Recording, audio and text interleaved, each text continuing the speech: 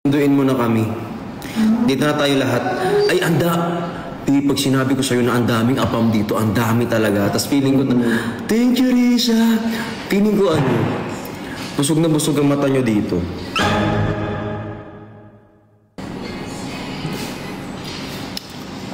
Kaya, pero kasi ako, nakapikit ako all the time. Uy, tigilan mo. Punong-puno na ka ng ugat yung leg niya.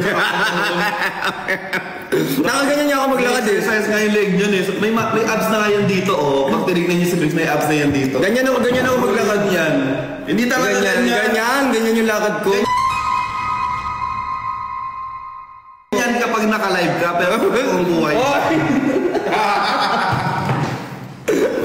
Visit ka. Puro lingon yan. Bad yun. Miss ka na namin. At ang ganda dito ng ng gym. Ng gym?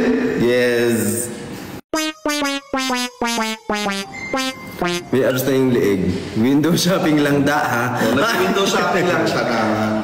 Ang gagaling ng... Dito lang ba yan sa sa bansa na to? Kaya iba yung natin? Iba yung gifting? Gift.